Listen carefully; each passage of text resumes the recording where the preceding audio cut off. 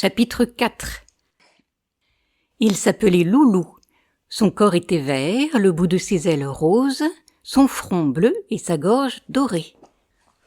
Mais il avait la fatigante manie de mordre son bâton, s'arracher les plumes, éparpiller ses ordures, répandait l'eau de sa baignoire. Madame Aubin, qui l'ennuyait, le donna pour toujours à Félicité. Elle entreprit de l'instruire. Bientôt il répéta « Charmant garçon ! Serviteur, monsieur ! Je vous salue, Marie !»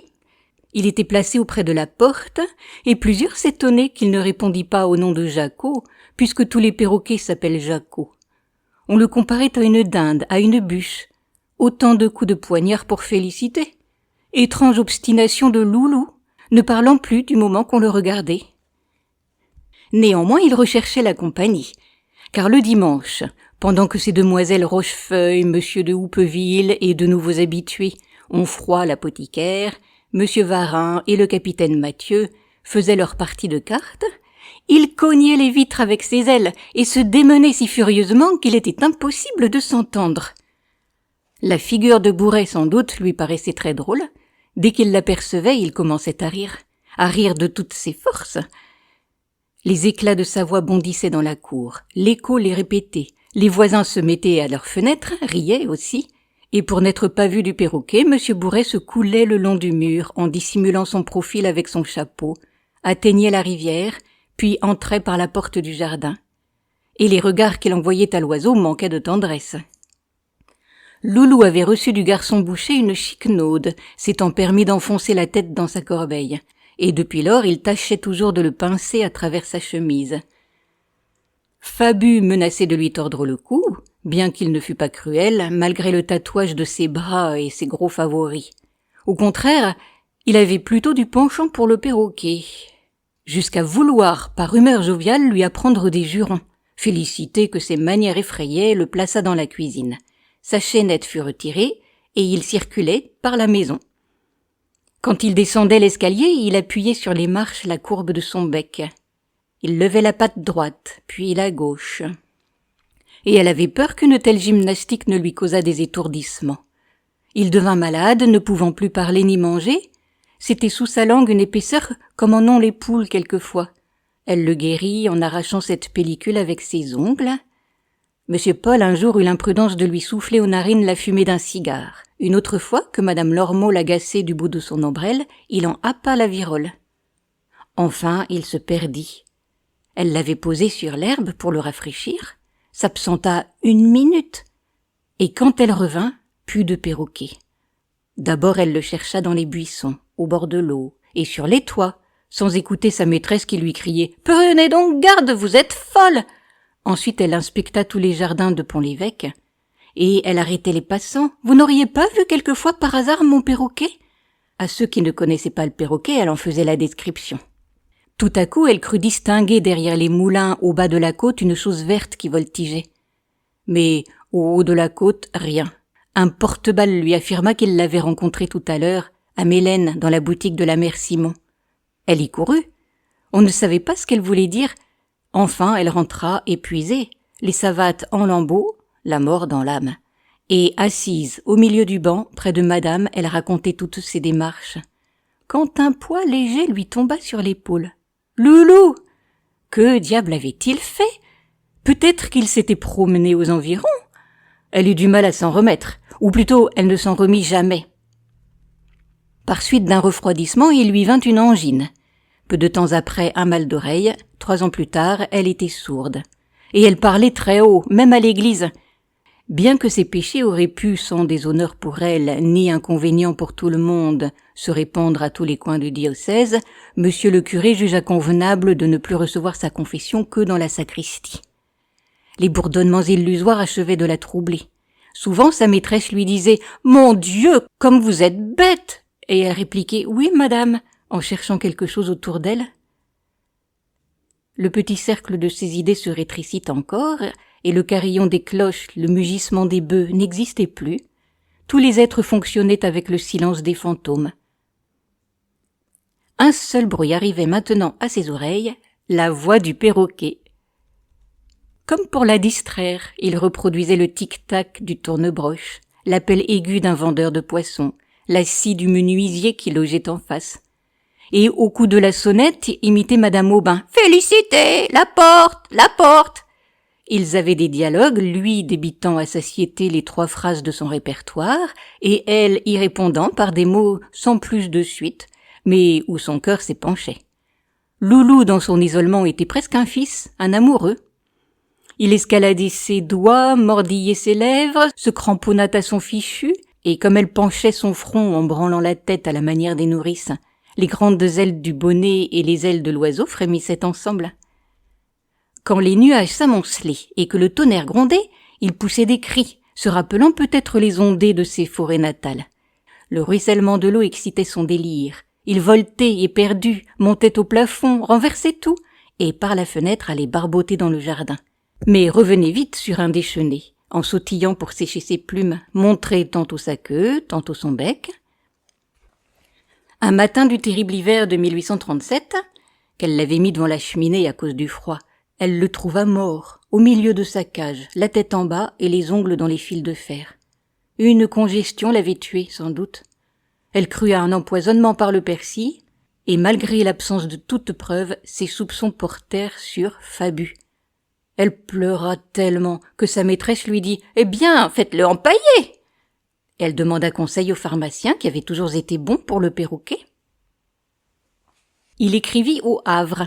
Un certain Félaché se chargea de cette besogne. Mais comme la diligence égarait parfois les colis, elle résolut de le porter elle-même jusqu'à Honfleur. Les pommiers sans feuilles se succédaient au bord de la route. De la glace couvrait les fossés.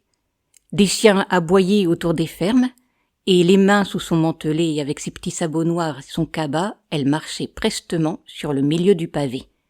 Elle traversa la forêt, dépassa le Haut-Chêne, atteignit Saint-Gatien. Derrière elle, dans un nuage de poussière et emportée par la descente, une malle-poste au grand galop se précipitait comme une trombe. En voyant cette femme qui ne se dérangeait pas, le conducteur se dressa par-dessus la capote, et le postillon criait aussi, pendant que ses 4 chevaux qu'il ne pouvait retenir accéléraient leur train. Les 2 premiers la frôlaient. D'une secousse de ses guides, il les jeta sur le lébord, mais furieux releva le bras, et à pleine volée avec son grand fouet, lui cingla du ventre au chignon un tel coup qu'elle tomba sur le dos. Son premier geste, quand elle reprit connaissance, fut d'ouvrir son panier. Loulou n'avait rien, heureusement. Elle sentit une brûlure à la joue droite. Ses mains qu'elle porta étaient rouges, le sang coulait. Elle s'assit sur un mètre de cailloux, se tamponna le visage avec son mouchoir, puis elle mangea une croûte de pain, mise dans son panier par précaution, et se consolait de sa blessure en regardant l'oiseau. Arrivée au sommet des Quemouville, elle aperçut les lumières de Honfleur qui scintillaient dans la nuit comme une quantité d'étoiles. La mer, plus loin, s'étalait confusément. Alors une faiblesse l'arrêta, et la misère de son enfance, la déception du premier amour, le départ de son neveu, la mort de Virginie, comme les flots d'une marée, revinrent à la fois et lui montant à la gorge l'étouffaient. Puis elle voulut parler au capitaine du bateau, et sans dire ce qu'elle envoyait, lui fit des recommandations. Félaché garda longtemps le perroquet. Il le promettait toujours pour la semaine prochaine. Au bout de 6 mois, il annonça le départ d'une caisse. Et il n'en fut plus question. C'était à croire que jamais Loulou ne reviendrait. « Ils me l'auront volé !» pensait-elle. Enfin il arriva, et splendide, droit sur une branche d'arbre qui se vissait dans un socle d'acajou, une patte en l'air, la tête oblique et mordant une noix que l'empailleur par amour du grandiose avait dorée. Elle l'enferma dans sa chambre. Cet endroit, où elle admettait peu de monde, avait l'air tout à la fois d'une chapelle et d'un bazar, tant il contenait d'objets religieux et de choses hétéroclites. Une grande armoire gênait pour ouvrir la porte.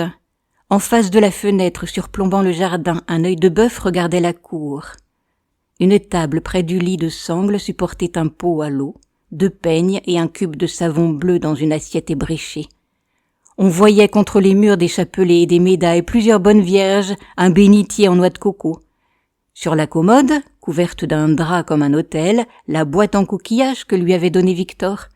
Puis un arrosoir et un ballon, des cahiers d'écriture, la géographie en estampes, une paire de bottines et au clou du miroir, accroché par ses rubans, le petit chapeau de peluche. Félicité poussait même ce genre de respect si loin qu'elle conservait une des redingotes de monsieur. Toutes les vieilleries dont ne voulait plus madame Aubin, elle les prenait pour sa chambre. C'est ainsi qu'il y avait des fleurs artificielles au bord de la commode et le portrait du comte d'Artois dans l'enfoncement de la lucarne. Au moyen d'une planchette, Loulou fut établie sur un corps de cheminée qui avançait dans l'appartement. Chaque matin, en s'éveillant, elle l'apercevait à la clarté de l'aube, et se rappelait alors les jours disparus, et d'insignifiantes actions jusque leurs moindres détails, sans douleur, pleines de tranquillité. Ne communiquant avec personne, elle vivait dans une torpeur de somnambule. Les processions de la fête-Dieu la ranimaient. Elle allait quêter chez les voisins des flambeaux et des paillassons afin d'embellir le reposoir que l'on dressait dans la rue. À l'église, elle contemplait toujours le Saint-Esprit et observa qu'il avait quelque chose du perroquet. Sa ressemblance lui parut encore plus manifeste sur une image d'Épinal représentant le baptême de Notre-Seigneur, avec ses ailes de pourpre et son corps d'émeraude. C'était vraiment le portrait de Loulou. L'ayant acheté, elle le suspendit à la place du comte d'Artois, de sorte que, du même coup d'œil, elle les voyait ensemble. Ils s'associèrent dans sa pensée, le perroquet se trouvant sanctifié par ce rapport avec le Saint-Esprit qui devenait plus vivant à ses yeux et intelligible.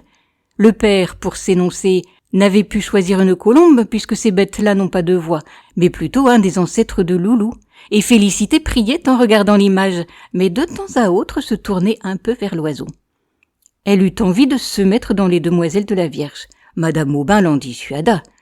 Un événement considérable surgit, le mariage de Paul.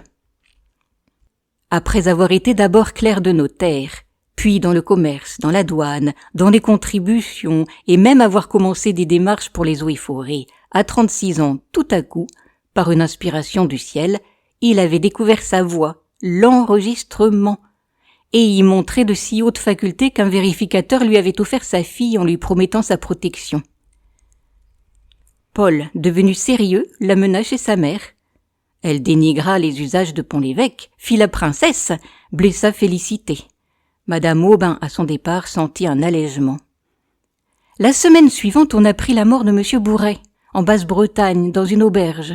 La rumeur d'un suicide se confirma. Des doutes s'élevèrent sur sa probité. Madame Aubin étudia ses comptes et ne tarda pas à reconnaître la kyrielle de ses noirceurs. Détournement d'arrérage, vente de bois dissimulé, fausse quittance, etc. De plus, il avait un enfant naturel et des relations avec une personne de Dozulé. Ces turpitudes l'affligèrent beaucoup.